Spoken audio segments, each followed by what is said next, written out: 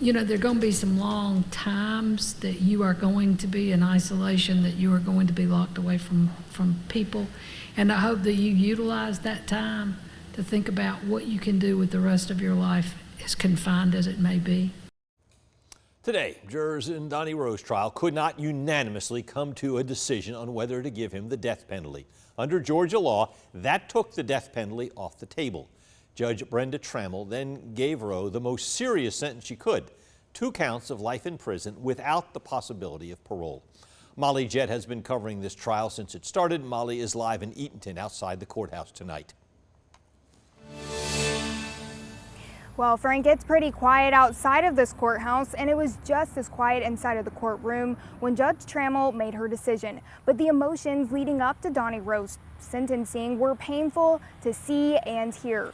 Throughout the day, family members of both Curtis Ballou and Christopher Monica anxiously awaited with tissues nearby for the jury's decision. Jurors deliberated for more than 9 hours today before they told the judge they could not agree on whether to give Rowe the death penalty.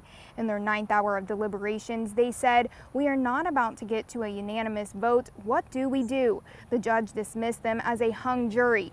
Sheriff Howard Sills says the vote was 6 to 5 to 1, but we don't know which way the vote was leaning. Under Georgia law, if the jurors cannot agree unanimously on the death penalty, it's up to the judge to decide between life without parole or with parole. Prosecuting attorney T. Wright Barksdale told both families he was sorry, and prosecuting attorney Don Baskin started crying. Rowe sat quietly. Before the final sentencing, families testified for the first time in the trial. Christopher Monica's daughter spoke tearfully, and Curtis Ballou's sister spoke passionately. The defendant took something from me I can never get back. My dad. He ruthlessly murdered my dad with no remorse. I was 16 years old. I had to grow up without him. He wasn't there to see me graduate or see me at my senior lead out for prom or to start college. He will miss my entire life. I will be the girl who will one day walk down the aisle without my dad by my side. When I was a child, I spoke as a child. I understood as a child. I thought as a child. But when I became a man, I put away childish things. And that comes from 1 Corinthians 13. Donnie Russell Rowe, you are a man. Now, Christopher Monica's second daughter and wife and Curtis Ballou's second sister also testified, all of them clearly heartbroken over the sentence. Live in Eatonton, Molly Jett, 13W MAZ News. All right, thank you, Molly. The jury last week convicted Rowe of killing corrections officers Monica and Ballou 4 years ago aboard a prison bus in Putnam County.